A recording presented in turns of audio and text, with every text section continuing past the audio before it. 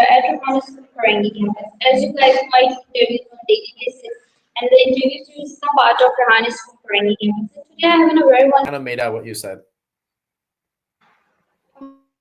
I have to change my place again. Now, am I audible to you? Yeah, I can hear you right now. Okay. Okay, so can you please introduce yourself? Sure. My name is Rafi Chowdhury. I live in the US. Specifically, I'm based out of Memphis, Tennessee at the moment. And I have a educational background in cognitive psychology as well as business, having graduated from the University of Memphis and currently working on my master's in cognitive psychology at Harvard Extension School. And on a professional level, I have worked in different industries, but mostly I've worked with marketing, within marketing, and as most recently, I'm working as a business analyst. So I basically help companies understand their data and make sense of big data, and help companies use that big data to reach the right customers at the right time with the right message. Oh, that's great. And I also saw your post on LinkedIn, and it's like take the correct one sometimes, and you also doing very amazing posting. Like it's like MCQs, and I enjoyed this post also. So can you tell me that are you born in America or are you going to? Yeah, so I was actually born in Bangladesh, which is in Eastern Asia. So I lived there for about 12 years. And then my family and I migrated to the US. They came here first. And then 4 years later, me and my sister also came to the US. And I've been living in the US ever since. I've visited Bangladesh 3 times since moving here. But a lot of my family nowadays are based out of the US. Oh, okay, great. Like as you mentioned about migrating, so can you tell me that what is it? Can you repeat the question one more time? I'm sorry, you cut out a little bit. Yes, I can. As you mentioned about marketing and a business, so can you tell me that what it is? Yeah, for sure. So on the digital marketing side of it, that's how I started my career. I launched my own website at first, and I was really big into playing chess at the time. I would love playing chess and learning about chess.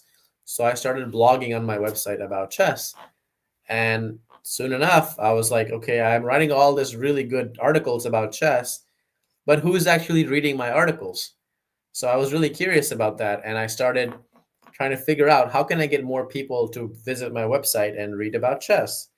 So that's how I started getting into marketing. I started hiring different types of freelancers and all these different people.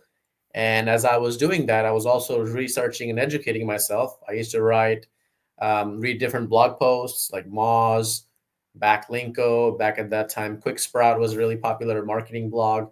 So I learned a lot of strategies from these blogs, and I started trying these things out. But essentially, marketing is basically being able to reach, your potential customers with the right message at the right time with the right offer. So that was big part of what I did. And then nowadays I'm much more focused on business analysis, which basically is, if you think of, like, say you want to build a house, right? You have your vision for how you want your house to look. Oh, you want to have, maybe 2 doors here. Maybe you want to have a little brown roof like that. Or maybe you want to have 5 different windows. Maybe you want to have an attic, right? And then you have all the people that can help you build a house, but they may not speak the same language as you, right? You may say, hey, I want 3 windows, but they may come to you and say, so what are the dimensions for the windows? Where do you want them? All these technical questions. So you need a middleman to translate those requirements for what you want to build and the people that will build it for you, right? So think of me as the middleman, except instead of building houses, I work with data related projects, or I work with website redesign projects where I gather requirements from the business owner who wants to build the solution or the website or whatever it may be. And then I work closely with the technical team, the developers, to make sure that that vision is brought to the developer so they can create that project or that website. And that's basically what it is. Oh, that's great, and that's so much fantastic to hear. Basically, I am also belong to AI school. I belongs to Arihani school where I also doing these kinds of things.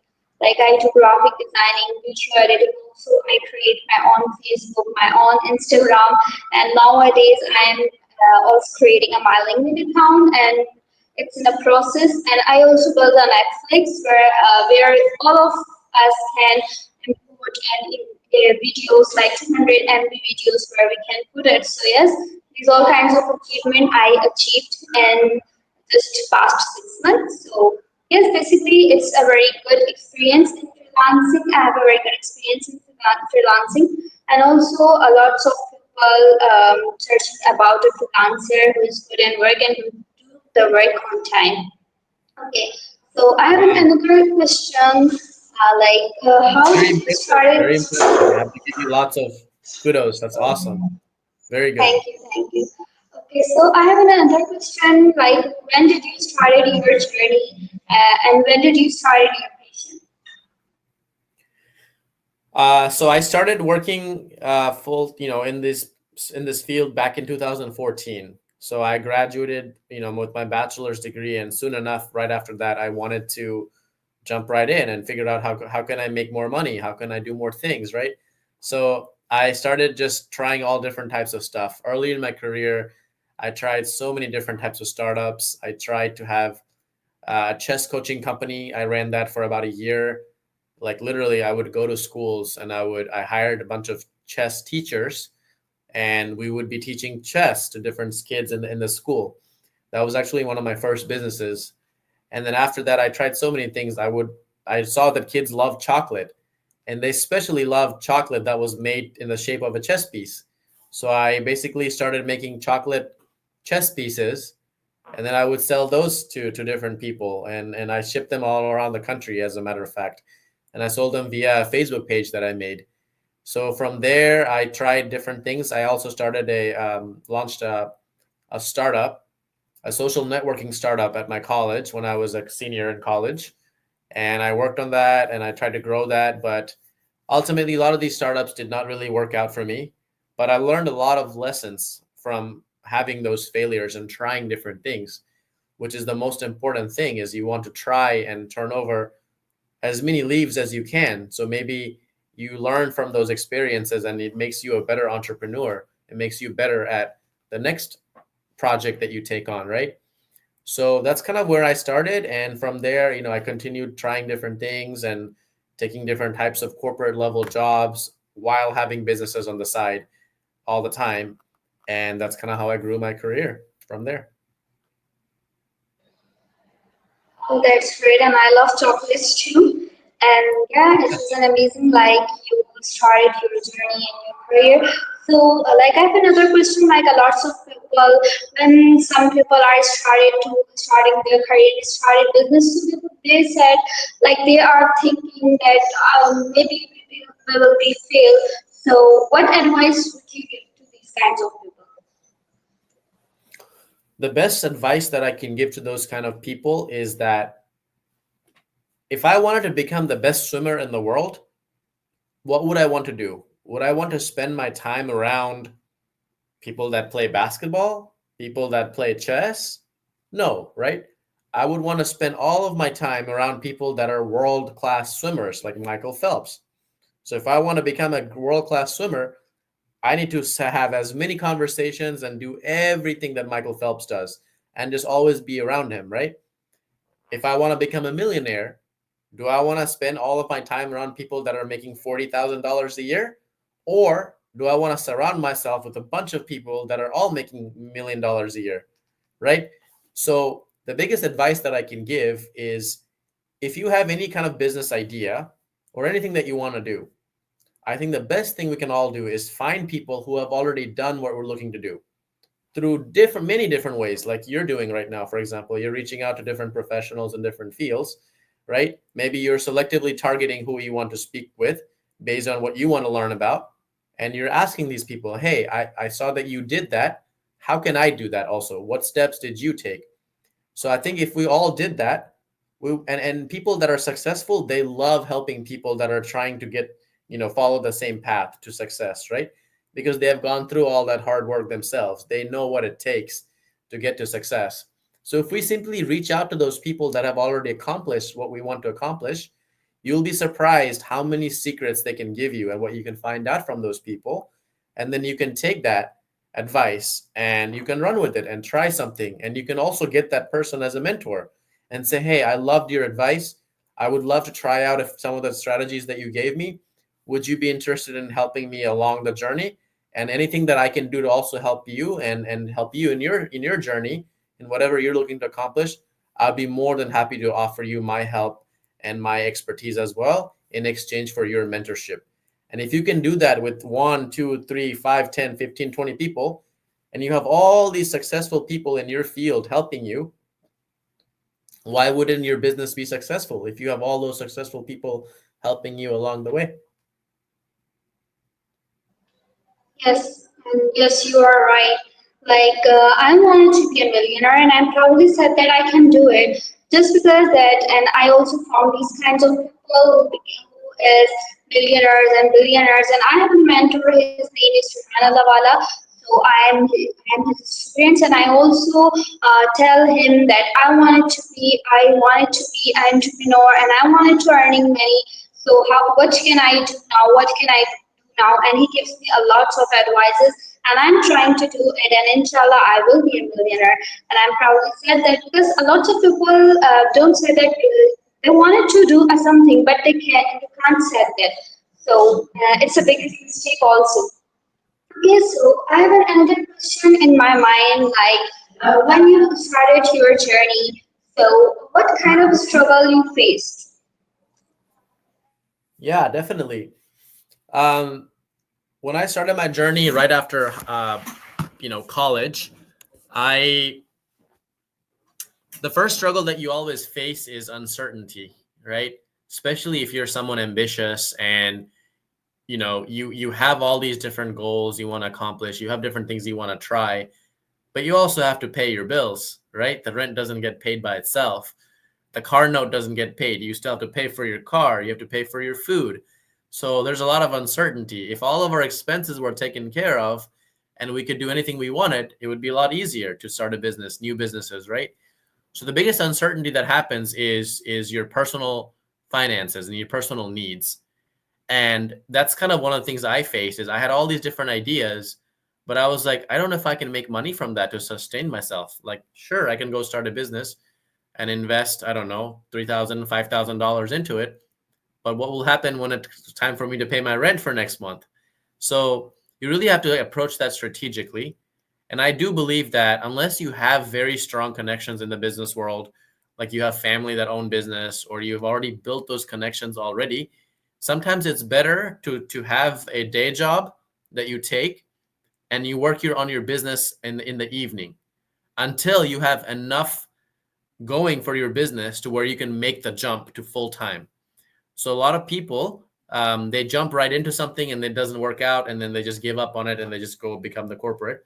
What I would recommend, and what I did as well for myself, is I've always had side hustles that I maintained, and I've maintained a corporate career as well. And then I worked on my businesses in the evenings.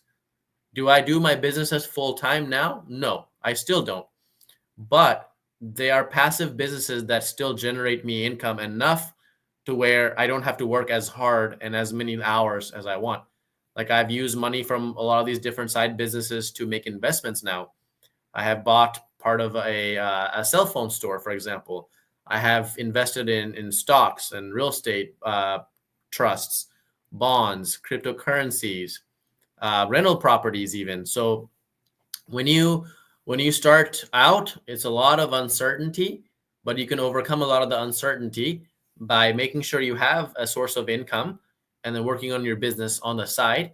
But again, the main thing I would still stress is to surround yourself with successful people that have already been there and done that so they can guide you along that process.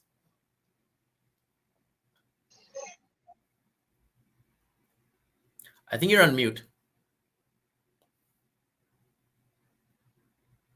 Right. Oh, okay.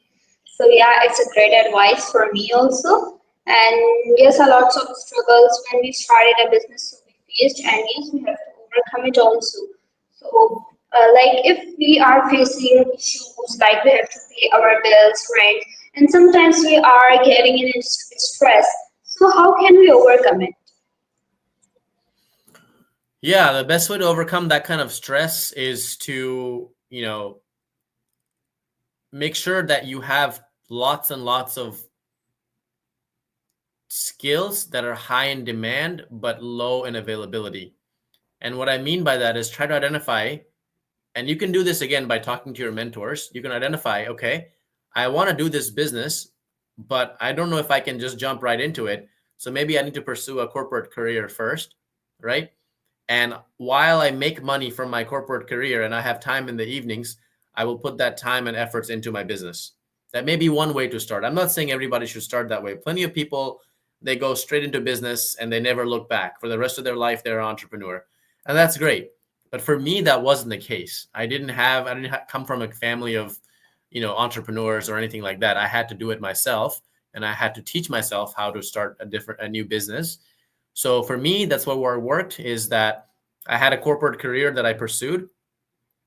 And on the side, I kept working on my businesses, basically slowly building them up, outsourcing it, taking money that I was making from my day job and putting that towards my businesses and slowly building these businesses up one by one along the way.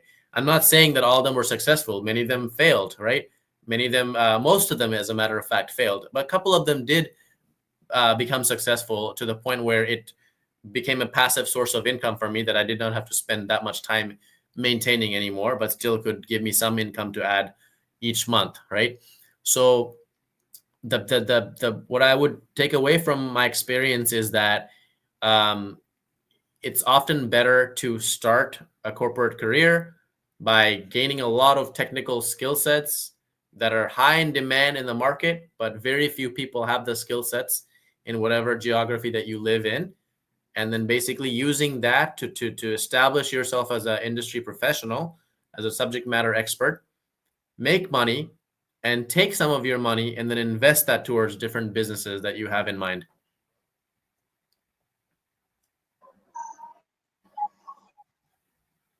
Right, and yes, we have to try it and we have to take it start. Okay, so I have just 3 minutes left now. So can you give a last advice to me and for my viewers also? Repeat the question one more time. Okay, like I have just 3 minutes left. So can you please give advice to me and for my audience also? Yeah, absolutely. So first of all, I think that what you're doing is absolutely amazing. You're miles ahead of, where I was when I was at your level, right? You seem pretty young, and I didn't start, any of my businesses or anything when I was your age, right? I didn't even know what business was. So I think you're already off to a really good start. And the best advice that I would give you is that find the mentors as you're having these conversations with different individuals. Find out which of these people are doing things or have done things that you want to do, and be very honest and straightforward with them. Hey, what do you do? About how much? And some people will be very open about it. Ask them, how much money do you make, and how do you make your money? And say that, hey, I have a goal of making this much money also, or I want to accomplish this. I'm not saying everything is about money, but it does drive a lot of things in business, right? So I'm personally very straightforward. If I find someone that I think is successful, if I'm on the street and someone's driving a Porsche 911, a very fancy car, I have a conversation with that person and say, hey man, I see you're driving a really nice car. I just out of curiosity, what do you do for work, man? And I'm not afraid to ask those questions because sure, some people may get offended. That's okay. Let them get offended and they can go about their day. But the next person may not be offended. The next person might recognize that and see and be like, hey, that person wants to be successful. Let me share with him some of my secrets so maybe he can implement those things as well. So I would say identify those people that are already have the life that you want, and ask them, how did you build that life? And get their advice. Find someone else, do the same thing. So you have all this distilled knowledge, right? Then take that knowledge and see what are the common things that you see from all these people's advice. Follow their advice and keep them as a mentor and say, hey, I'm taking your advice. Can you help me along the way? And here's the biggest psychology tip I would leave you with is that people, if you can get people to invest in you by asking for their advice rather than their opinion, psychology research shows that people will like you more. The more they invest in you, the more they like you. The more they like you, the more they will help you. So that's your trick. That's your secret that I will leave you with is that find people that are successful, get them to invest in you, take their advice and run with it and keep them along the way as a mentor and ask for their advice along the way anytime you get stuck. Oh yes, that's great, and I love this advice also, and it helps you so much. So thank you, sir, for giving me your precious 22 minutes, and thank you so much.